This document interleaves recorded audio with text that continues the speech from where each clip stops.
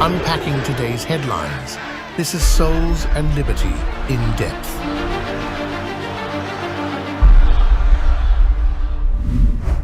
Hello, everyone, and welcome to In Depth, brought to you by Souls and Liberty in partnership. Of course, the communist deep state is going to fight back, as we say, in the hardest possible way.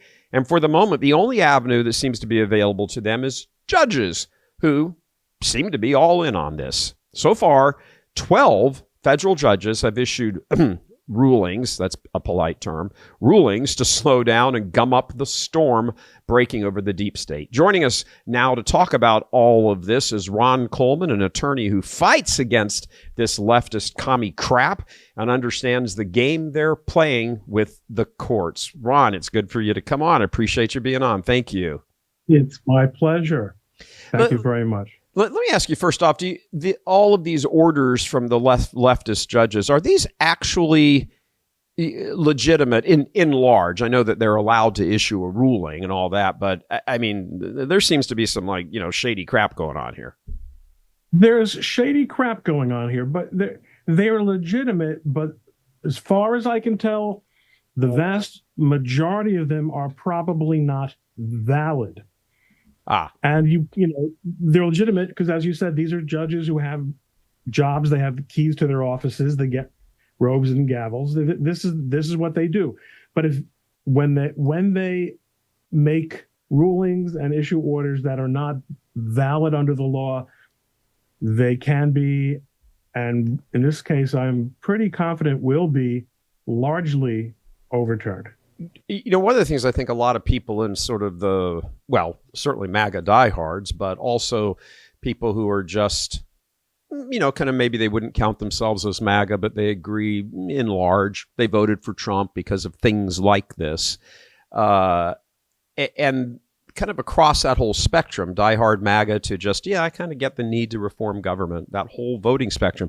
There seems to be, at least judging on social media, a bit of a kind of eye-popping that, the White House, Trump, everybody has said, we're going to go ahead and comply with the orders and then go through the appeal process. Is that sort of playing right into the hands of the deep state? I mean, all of a sudden now you get caught up in court and there's discovery and blah, blah, blah, and it just goes on and on and on. And, MAGA and cleaning up the government's, up against a hard stop when those midterms come.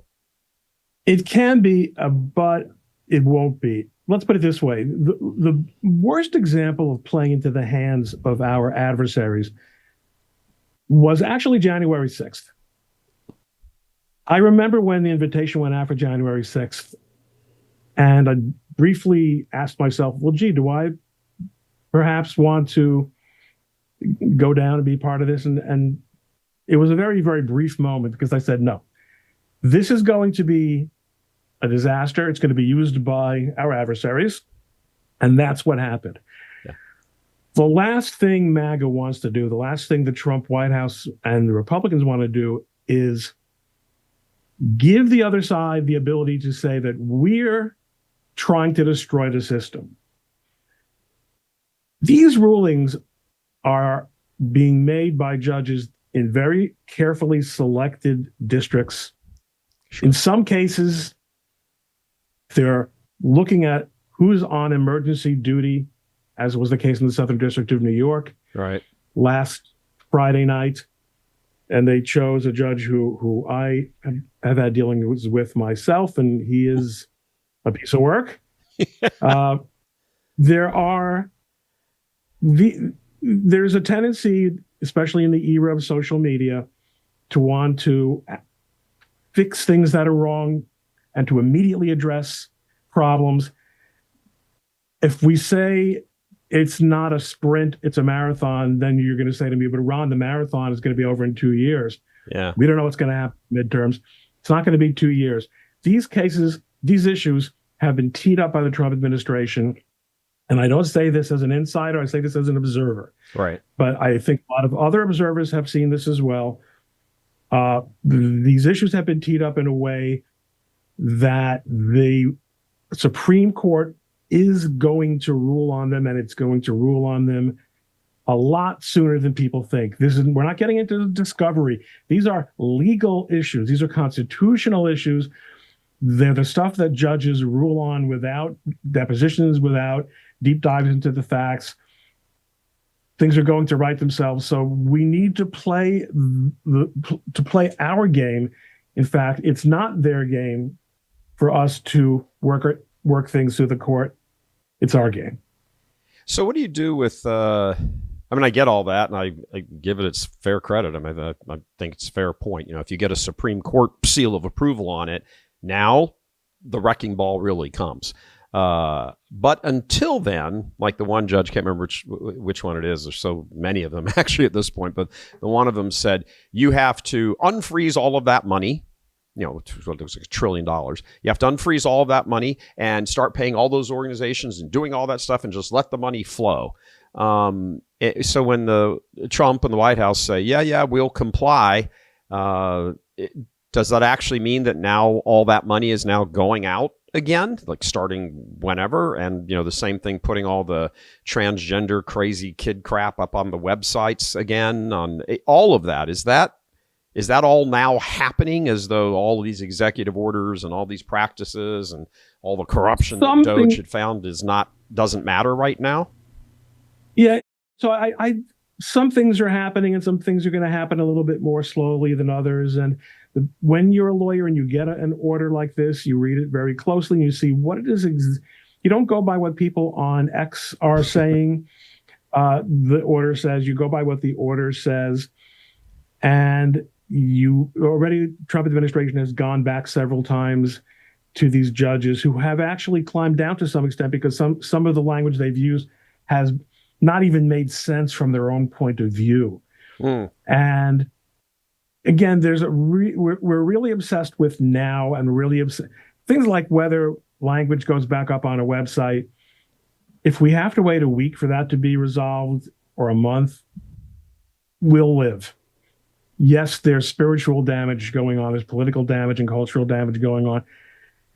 Money, on the other hand, once it goes out, that you have to worry about. But boy, government has a way of dealing with the payment of money that anyone who's ever tried to get it from the government the right way finds that it isn't always quite as easy as you think. So there are tools here that are available, administrative tools, and the judges can only do so much. The rulings hurt, but they were entirely predictable. Sure. And as you pointed out, this is their first, and to a large extent, their only backstop. Go to the judges, and go to the judges they like and who they know. It's not a long-term strategy for them. Yeah, it's not. I mean, you can see the whole sort of counter revolution, although I guess I'd put Trump and Elon and all the rest of them in the, I don't know which one's the counter and which one's the actual anymore. But you can see the sort of the deep state response. It's all these protests out in front of all the federal buildings and, their cameras and, all of that, and their speeches, and they're dragging things out with the nominee, all of it, the whole thing. It is obstructionist, and they're playing, and certainly these judges and running to courts and getting whatever it is. I said in part of the intro it was 12. I think it's now up to 17 judges. I may have misspoken there, but it's delay, and push off and do this, and what's to stop? And just so the audience get this, yes, in November of 26 are the midterm elections. But that's the end of for most people, the end of the voting, that first week in November. There's all of the formation of all of that, the campaigning and the messaging and all of that generally by the time you get to sort of the summer, certainly by Labor Day, it's kind of locked in a bit. And it's midterms, not a presidential election. So, I mean, you're really looking at about a year and a few months for the Trump administration to have turned things around economically, as well as in the corruption. What's to stop them? They know that's their deadline. If we can just keep the ball pushing down the field, and get into the red zone, then we can score. So two things. Yeah. So one of them is that they simply can't slow it down that much. These are rulings that are going to get reviewed very fast, and we're not talking about a year and a half. We're talking about weeks and months. There are, again, these are fastballs down the middle. Supreme Court's not going to be able to run away. And the other point is, part of what's going on here is the left really wasn't prepared for the extent and nature and type of attack across many institutions and systems that has taken place here. Yeah, this was a carpet bombing. This was a carpet bombing, and it was planned months and months ago. That's clear now. Meanwhile, the messaging has been entirely great for us and entirely terrible for them, because they're in a position of arguing in favor of continued government waste and graft. Yeah. And notwithstanding that the corporate media is carrying water for them, the public is not only learning what their money is being spent on, but they're also learning how much of the corporate media itself is being fed out of the trough of money that is being provided by the taxpayers. The Democrats inside the bubble and the ones who are making these decisions, they're serving up the message in a way that's not going to help them in 26, and in a way that's not going to help them in front of the Supreme Court, because the judges are making really ham-handed decisions that are so offensive to the constitutional separation of powers. Yeah. They're going to really regret that they took the approach that they did, except for it doesn't seem that they've got anything else left. Yeah, I mean, sometimes you have to take the only, thing that's sitting on the table, because there is nothing else on the table. But let me ask you, are you surprised by the depth of what's coming out as far as corruption and, fraud, waste, abuse, negligence, lack of inattention or lack of attention to, it's some of this stuff is just staggering, not just the amounts, but, really we're going to fund $2 million worth of transgender surgery in Guatemala. What? It's very fashionable to say none of this surprises me. Anyone who's been paying attention no, I'm surprised. I'm naive. Yeah. I didn't realize that this one agency, the USAID, was the grab bag for all this nonsense. And the idea that it was set up in a way that there's no accountability. I don't really understand what the General Services Administration does. I had always thought they had some kind of audit and reporting function, and it appears that nobody does. So yeah, this has been an incredible and distressing learning experience. I mean, there was Elon posted on, I can't remember if he put it on the Doge page or his own, probably both, but he said earlier within the last few days, can't remember, very close to the time of us doing this show, that enormous amounts, hundreds of billions of dollars were being paid out to people for Social Security payments who don't have a Social Security number. And some of them were many of them were 150 years old, presuming they're dead. The checks are being cashed. And there are multiple there are people sharing Social Security. You'd think that would be the most fundamental thing. 10,000 people have the same Social Security number. I mean, 10,000 people. Just sort of your worldly experience. You've been around the block a few times, like me, and probably many of our listeners. There comes a point where this just seems to move beyond just, close enough for government work, right, into the realm of this has got to be deliberate, because it's just so deep. You always thought the idea of having a Social Security number was that it was a unique identifier. Yeah. If you don't, if they're just a bunch of numbers, then why are we bothering? Yeah. So it's it's an incredible scandal, and it's one that is relevant to both Republicans and Democrats, although the vast majority of NGOs and policies that have been funded, certainly through USAID, have been left-wing ones. The damage that's been done to the culture and to the fabric of our country and is inestimable, and it's going to be a major reckoning has to take place. Yeah, I want to come back to the reckoning question after we take a break, but I do want to ask you this. So a reporter, Marjorie Taylor Greene's committee, is looking into abuses in the Medicare/Medicaid world. And their initial review, I don't know if you can necessarily call it an audit, but it's the beginnings of an audit, found that in the last 20 years, since 2003, this is just staggering, $2.7 trillion. $2.7 trillion, that's half the national budget, has been over in 1 year, but this was over the course of 20 years. $2.7 trillion has been paid out to Medicare and Medicaid payments to individuals who are overseas that have no claim on these benefits. They're not even in the system. And yet, on average, $100 billion a year is being handed out to whoever these people are. There's just no way that's an accident. And it's a total abandonment of accountability and responsibility by the people who have told us for generations that they know better than we do what to do with our money. They don't. Let me ask you this thing, because look, as this is all getting, brought into the open and all of that, you're seeing more and more, I guess you call them hysterical reactions, really, from the left. Are you concerned about sort of the wounded animal aspect of the left?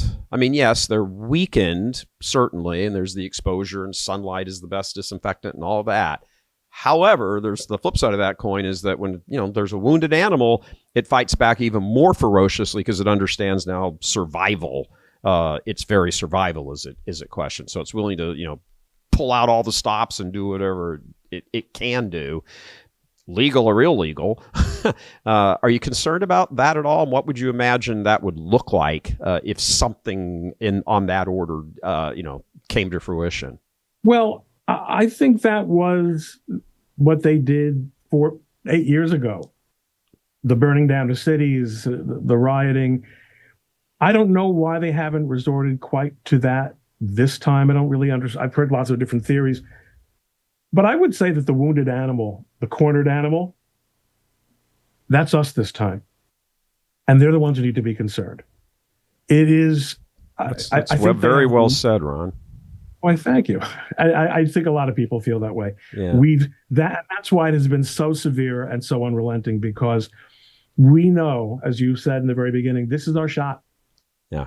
Yeah. It's the thought of them coming back to power, sufficient power to be able to wield something other than running to friendly judges on the district level. I can't imagine what their revenge on our revenge would look like. Yeah, we're playing for keeps. Yeah, that's it. As the old TV westerns and western movies used to say, Bucko, there ain't enough room in this town for both of us. That's right. Yeah, that's it. Well, when you're talking about trillions of dollars at this point, I mean, that's astounding. Elon published Friday morning. He said, we are at the point now where he's keeping running track of all of this stuff and the money in this and the contracts and the departments and he's got this running total, and he says that total has now reached a point, the grand total so far. I mean, they haven't even gotten to most of the agencies yet or departments. That amount so far has now surpassed the combined total of all financial scandals in the private sector and U.S. history combined. I mean, crap, you think of just Bernie Madoff alone. That was huge. That's nothing compared to this. That's right. No, that's right. And the difference is that this was a financial scandal. If you fell for Bernie Madoff, shame on you. But if you fell for paying your taxes on time, Yeah. Well, you had no choice. You'd be in prison if you didn't. Sure, of course. It really is kind of staggering. All right, welcome back, Ron. It's pretty clear the plan of the sort of commie deep state is just to slow down things enough to, in their brain anyway. Maybe it's a poor strategy, but they just need to flip one of those houses of Congress, and and they'll consider that a win in the short term on the way to the 2028s. Good strategy. I know it's way out. Not asking for a prediction unless you want to offer one. But it really seems to be the only thing they've got, right? It's the only thing they've got, and it's just too far away. It simply isn't going to work. It's not a bad strategy because, as you point out, it's the only strategy you have. And maybe the Supreme Court isn't as dependable as, well, we know it's not as dependable as we'd like it to be. Mm-hmm. Although some observers have pointed out that these are the kinds of issues, separation of powers, that do animate Justice Roberts. And he's a pretty important guy, being the Chief Justice, to have on your side on these issues. So it's not a bad strategy, but it's more like a tactic than a strategy. They don't have a strategy. When you look at another good point. When you look at their electoral bench, who are they threatening us with? Who's their J.D. Vance? Yeah. Look at we've got our own Mitch McConnell on the Republican side, someone who really should be embarrassed to still be in office. Yeah. But, Democrats basically die in office. They don't leave. They don't have who are their stars? Who are they going to bring up? These people have really seriously undermined their credibility in the last few years, and even in the last few weeks and days. Going out there to defend government, explicit and obvious and over-the-top government waste. I don't know that time is on their side at all. It doesn't seem to make for a very, very good campaign ad, for the midterms. Hey, vote for me. I support government waste and fraud and, screwing your future.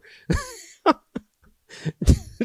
like, it doesn't seem to be something that sells that much. Let me ask you how much you think the social media has played in sort of the conversion or reversion of all this. I mean, the whole political stage has been reset. I think you probably have to give a lot of that credit, obviously, to Elon. But this is just, we've never seen anything like this in American politics before. Well, we have it. There have been this kind. If you go back to some of the things that happened in the 19th century, there have been profound moments. There have been revolutionary moments. Cross of Gold speech, or was it Cross of Silver? Cross of Gold? No, it was Cross of Gold. Yeah, Jennings, right. Cross of Gold. Right. Yeah. We do not crucify America on a cross of gold. There have been profound changes, but we really have grown up with an expectation that we pretty much understood how the world worked, and we were just going to continue to sort of play it out and nibble along the sides. And the change in the media landscape has absolutely been revolutionary. And Elon Musk and his fellow investors, by making this purchase, the purchase that they did of X, absolutely changed the course of history. Mm-hmm. He actually seems that there is a remote and realistic chance that in America, at least, the people will have an opportunity to reclaim their primacy in their own government, in their own political system, and over their own culture, as opposed to having all these gatekeepers decide what will be reported on, what the official truth will be. That's a gigantic change, and it's made a gigantic difference for sure. Yeah, sure. I'm media dude. We were talking before the show. I started my career at CBS in 1983 and have been pretty consistent media guy ever since. And the idea that a media outfit that presents itself as a media outfit that takes money from the government over long periods of time to the tune of tens of millions of dollars, and then regurgitates whatever they're told essentially to regurgitate. And I don't really think there's a lot of gun holding to the heads there. I mean, I think all those media people agree with what they're being told to tell. I mean, there's just no words for it. It does explain a lot of the bias, certainly, but I don't think they're unwilling. They're just, I'll say this because they're giving us $4 million. I think they believe it, and they're getting $4 million. It's such an abuse of trust, which is really what all of this is. It's injustice writ large. It's an incredible moment to be alive and to see things that we hoped and believed might be levers of change, really forcing change. Do you think there's do you think we've reached a point here because of what's being exposed? And I think there's going to be a hell of a lot more to be exposed. This is just kind of like the appetizer. When you walk into like a fundraising dinner, there's a nice little buffet there with some, shrimp and, little doggies or something on a plate. And you haven't sat down for the meal yet. Have we sort of reached a point where there is no going back? You can't unring the bell. You can't unknow what you now know. I would sure like to think so. I mean, Abraham Lincoln said you can't fool all the people all the time. You can fool some of the people all the time, and all the people some of the time. We need to find out just how many of the people you have to fool and for how long to prevent the kind of change that is coming this way. I don't think it can be prevented. I don't think you can unring the bell. And I think there's been a great deal of damage to institutions that have done a great deal of damage themselves. There's a reckoning that is taking place right now, and I'm here for it. Yeah, it is kind of exciting. If you embrace justice, it's like, wow, this is something to behold. It was funny before probably out of 2 months or so, I guess, before the election, during the latter stages of the campaign, you kept seeing these little memes pop up all over X and Facebook and everything, and it just said, "You won't be able to stop the storm that's coming," and I didn't imagine. I mean, I thought, well, yeah, Trump's going to get in and he's going to get all, he's going to go, play taps on Adam Schiff's head, and Jack Smith is probably going to wind up in Gitmo or whatever. And that sort of thing. But this is a blowing apart of the old world. It's kind of like what happened to Europe when the dust settled from World War I. I mean, it just wasn't the same Europe anymore. And that's what this has that historical feel to. What are your thoughts? You're 100% right. It is. You're right about that. The change, the cultural change, is very similar to the end of the great nation states at the end of World War II. The New York Times, the Ottoman Empire, and CBS is the Austrian Empire. It is a new world, and remember that World War I led to World War II. The instability could not be maintained. Right. You can only learn so much from history. I will say that the direction that we're going in of greater ability to express ourselves in this country, I think one of the more interesting things to see is how are we going to maintain that trend when a country that we've always considered to be a sibling or a parent, right? The UK, when they're going in the opposite direction. Right. Even if their government changes over the next few months and they pull back from some of this extraordinary censorship in England, they've demonstrated that they're willing to cross lines. Yep. That until the January 6th political trials in this country, we thought we would never cross in this country. Right. So there's a lot more that has to settle out before we can pat ourselves on the back. Yeah. I think one of the things that a lot of people are looking to, again, it's with a longer view, or midterm view to the midterms, is getting into the machinery of election reform. I mean, it sure seems to be pretty clear now with all of the evidence, and it's evidence. And in some cases, it's so overwhelming amount of evidence that it actually would constitute proof, at least in many of it, that votes were rigged, changed, whatever, during 2020. Can you say with absolute certainty that it affected the outcome? Well, maybe not absolute 100% divine, certitude, but boy, does it raise a lot of questions. Are those questions being raised sufficient, in your opinion, that the whole election reform, fixing this, voting for like 27 years after the current election and counting ballots until, whatever. Is that going to be addressed? It's interesting that it hasn't been front of mind yet politically, because I think a lot of us might have guessed that that would have been one of the first things to deal with. And it's, in a way, it's kind of not only interesting, but surprising and a little exciting that they haven't. It is kind of obvious.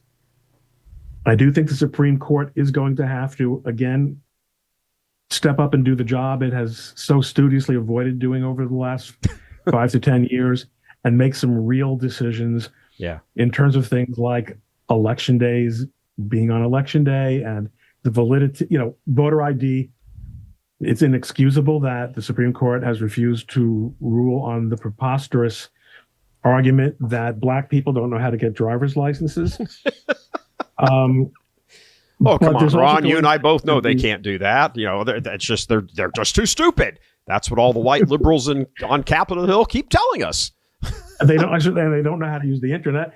So there's going to have to also, I think, be federal legislative reform, which the Constitution does authorize, and I think is going to be really important, because the extent to which states have been allowed to get away with being deferred to and really corrupting this process, it's got to come to an end. Do you think, how does it work if states have jurisdiction over the administration of their own elections. And of course, there's federal overlay on top of that. Like everybody's has to vote for president on that first Tuesday following the first Monday in November. There's all of those sorts of rules. But where is the interplay? And this seems to be a bit of a Venn diagram. Can Congress pass a law and say, however you want to administer it, all 50 states, you cannot begin early voting until 2 weeks early. There can be no mailbox ballots. None of that can go on. And everybody, who can vote has to vote, paper ballot, all that stuff. How far does Congress's authority extend to be able to try to seal up as many of these loopholes as possible? It extends a lot further than people realize. The Constitution explicitly gives Congress the power to legislate in this area. It says if Congress doesn't legislate, then we defer to what the states do. But if Congress sets up standards, those standards will be tested, and there will be lots of judges, as we've seen, who will do whatever they think is the thing to do for their side. But at the end of the day, constitutionally, that power is there, and the Supreme Court, I think, will tend to read these statutes the way Congress intends them. And again, if this isn't the Congress where these laws are going to be passed, then the will to straighten things out obviously doesn't exist. I can't believe that's the case. Yeah, you got a 2-vote margin in the House and a 3-vote margin. Get rid of ranked choice voting. I can't see Lisa Murkowski's backing that. Yeah, well, I went out to Alaska, on that recount in Alaska. To some extent, that was a clean vote.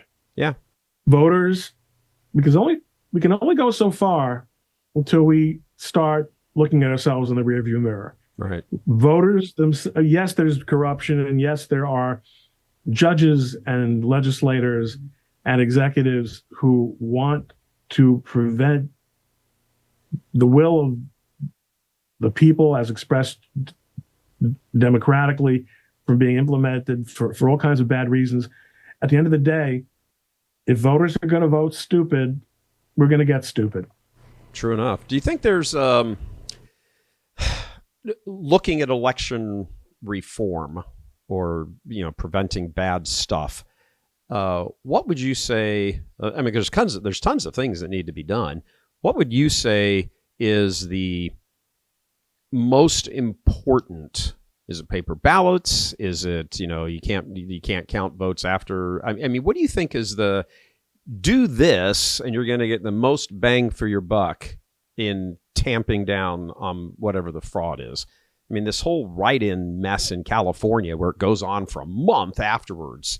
What's the number one priority? President Trump comes to Ron Coleman and says, Ron, I want you to administer the fixing of U.S. elections. Here's the keys. Do what you will. What's the first thing Ron goes after? The first thing is we eliminate mail-in voting. And the second thing is voter ID. Yeah. What did you think? I can live with electronic voting. I had, I was involved in recounts in Pennsylvania or observing recounts in Pennsylvania and in Alaska. The electronic systems, when properly managed, are really very impressive. You have a great audit trail. In a way, paper ballots have been stuffed for centuries as well. Yeah. It's happened in every country that's ever had voting. Napoleon did it. They did it. Paper is not magic. People, I think, are stuck on that. But there has to be transparency that we don't have now. There has to be accountability. There's a real problem with how law enforcement has simply let itself become a bystander to local election practices. That's got to end. On this score, do you think, I think a lot of people are saying, boy, it sure seems in the face of all of this stuff with Doge and, the pushback you're getting in the courts and everything, as well as questions like election reform. And it seems like on the good guys' side that there's this growing discontent with, kind of the quiescence and the, Marquess of Queensberry rules being engaged in on like the Republican leadership. It's like, why aren't you guys out there whipping up the troops? Or at least pushing back against, Maxine Waters, pounding on the door of the U.S. Department of Education. It doesn't seem like there's a fire in the belly among the GOP leadership and even much of the rank and file of the GOP on Capitol Hill. Do you have a thought about that? There are a few things. I mean, there's a lot of. If the argument is that the Democrats engage in a great deal of demagoguery, and we should also engage in a lot of demagoguery, then I say, well, if it's politically valuable to do it, then fine, let's do it. And there are politicians who do it because that makes sense for them. But so much of what the Democrats do, the knocking on the door and the rhyming and the childish crap sitting on the floor, it's for the media, and the media doesn't matter the way it once did. Yeah, bingo. And increasingly, Americans are just tired of the showmanship and the garbage.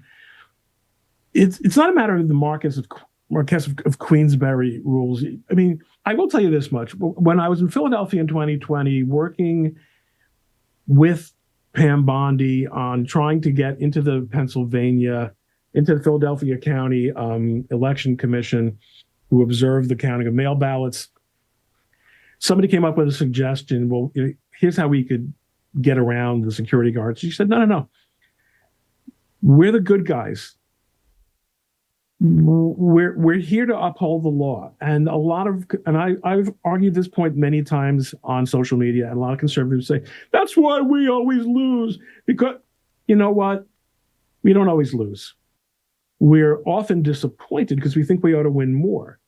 But if you end up just becoming another version of them, but it's my bag instead of their bag, then what are we fighting for? Then let's just get our claims into USAID and be part of the looting of American society. It is always easier to be a terrorist than to be a founder. It's easier to destroy than to create. We're here to create and sustain and restore a great republic. They're here to loot it and destroy our institutions, destroy our relationships with God and our relationships with our families and our heritage. We have things that we can't afford to allow to be broken in order to save what we consider valuable.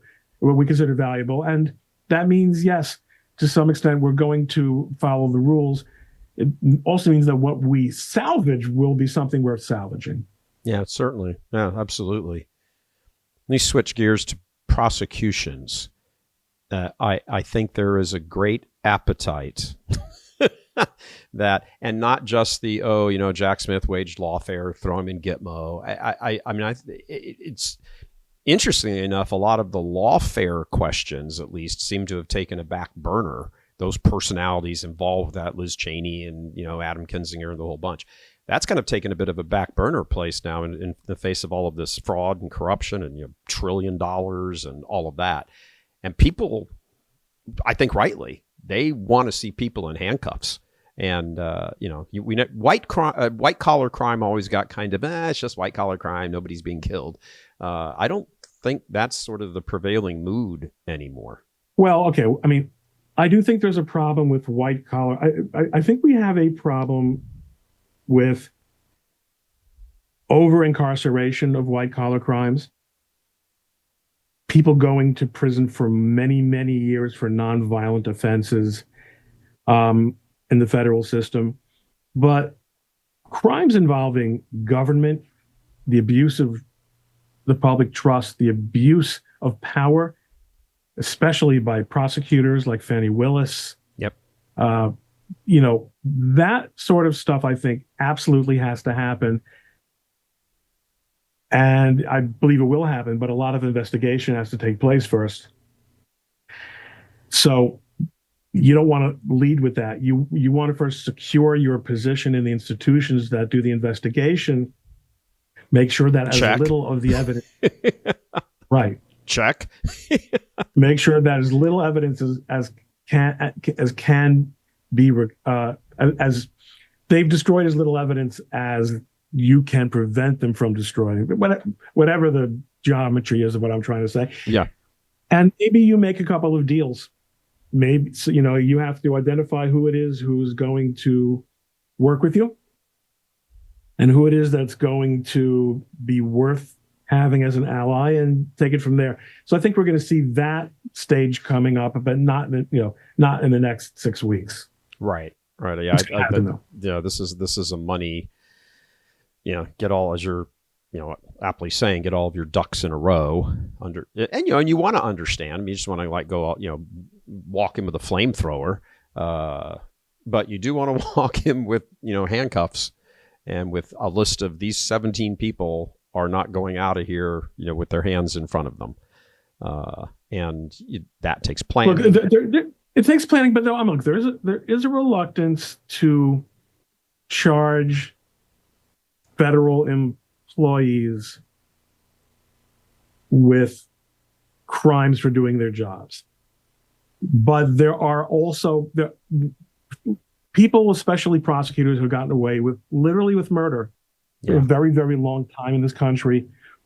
There's a lot of reform that has to take place. The District of Columbia District and Circuit have to be melted into the regular federal system. There's a Star Chamber Court that has got to be broken up. On that question, Ron, if I can interrupt you for a second, that was one of the things actually I didn't make in my notes, but I wanted to ask you. Does the presidency, in this case occupied by Trump, obviously, does he have the authority to simply get rid of that whole D.C. circuit mess and meld it into wherever he wants? No, but Congress does. Okay. And if it doesn't, then we'll be paying for it for the rest of our lives. What the D.C. courts and the governance in general of the District of Columbia have been an absolute disaster. Yeah. And they're all within the power of D.C. to fix. And it's part of the resistance there is that Congress is in D.C. and they're part of the swamp. Sure. but it's got to be changed. It's got to be changed.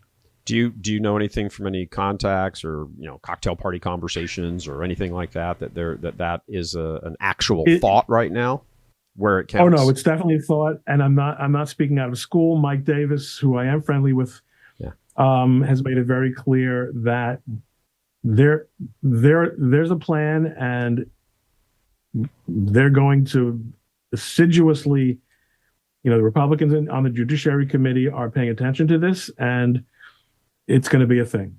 It's going to be a thing. Well, so many rulings that come out of that are, I think the D stands for deep state in many of those rulings. But that's extraordinarily good to hear. Do you get the sense that Trump is a new man? He was shot at and all this, and dragged through the whole lawfare. I mean, that no human being could go through those kinds of experiences and not change. But there seems to be this. I'm not quite sure how to phrase it. Seems to be he's not boisterous. None of that stuff is going on. He's very focused. He's almost quiet. Which, that's like when you were a kid and your parents are ranting and raving, because there's one thing, but when they got quiet and looked at you, it's like, oh God, time to get nervous. That's what this sort of feels like. Oh yeah, it's very different. He's a changed man.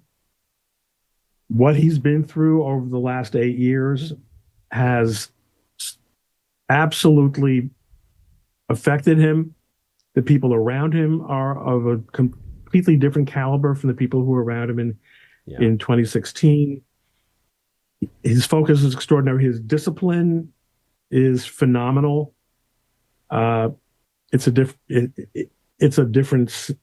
just a whole new world. Yeah, it really is.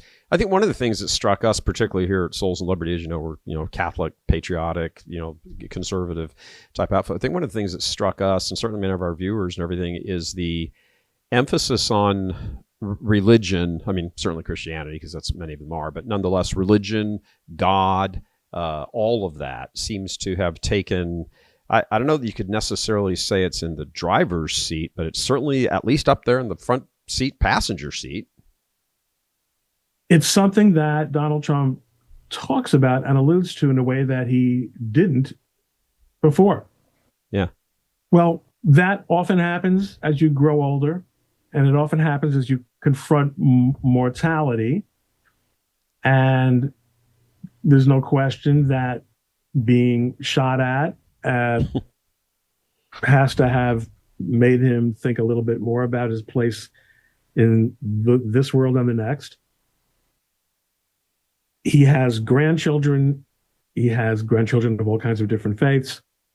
He's wiser. And the greater a person becomes in wisdom, the more of God he sees in the operation of the world. Yeah, well put. So thank you. I don't think it's it's not uniquely original to me, but I think Donald Trump has, because of his deepening perspective, come to see the hand of God in a way that he probably didn't fully appreciate it 8 years ago. Yeah, it sure seems that way. And it strikes me as it's more than just, it doesn't feel like campaigning, political lip service. It doesn't feel like that at all. It feels very genuine. So I agree. We got just a couple minutes left here. Ron, I want to get your thoughts on it. I want to go crazy for a moment and see what you think of this. So I think one of the things that, building on that point that Trump would want to see is the legacy of all of this continue. He might have personal stock in like Jack Smith and Liz Cheney and all that stuff and everything. Fine. But, he's not saving America for just his first 2 years or 4 years. So should Trump, or do you think it's even entered his mind that 2 years and 1 day into this term of his that he's currently in, that he resigns and lets J.D. Vance become president with the full confidence that J.D. Vance is the guy who's going to carry this for the rest of his term and then 2 more terms, thus changing America. And whether he is alive for it or not, probably wouldn't be, I guess, if he's approaching 90 at that point. And just say, you know what, I'm going to go spend my time with my grandchildren. Nah. Well, way to shoot that down. I think that Donald Trump is such a big thinker that if he can get through the next 2 years with the kinds of changes that he is beginning to implement, the prospect of being president of an improved, leaner, meaner, and more normal and more stable America for 2 years and building on that, because he was never a small government conservative, okay? He was a let's not waste money. But I think, and having someone like Elon Musk whispering in his ear, the prospect of what could be possible for America and for the world and for humanity if America just hit the mark. Yeah. That would be irresistible for someone like Donald Trump. Yeah, that's a hard thing to walk away from. I would think so. But maybe in, post midterm before the 2028 elections, he starts showcasing JD more. And, I can't imagine, if things are going well and on the current trajectory, and the economy's picked up in the whole bit, I can't imagine any Republican challenging JD Vance, with Trump going, look what I've done for you. I did it the first term. I've exploded it here. I've destroyed our enemies. I've laid waste, to everybody in front of us. You parade your women in front of us, the lamentations. JD's the dude. I think it's over right then. He's been incredible, and there's a lot more to come, I think. Yeah, absolutely. Ron, we're out of time. Give us a final thought, and then we'll say goodbye. God runs the world. Let's remember it every day. Amen. Absolutely. Ron, thanks very much for joining us, brother. Great insights. We'll have you back on, and thank you. We'll be in touch. Pleasure. Much appreciated. All right, that wraps us up here, everybody. So thanks very much for tuning in. If you, if you like what we talk about here, how we talk about it, how we analyze it, not just from a political standpoint, but spiritual and, the immaterial, the soul, all of that, please click on the donate button and help us out. In the meantime, I'm Gary Michael Vors coming to you from Houston, Texas. Yeehaw! God love you.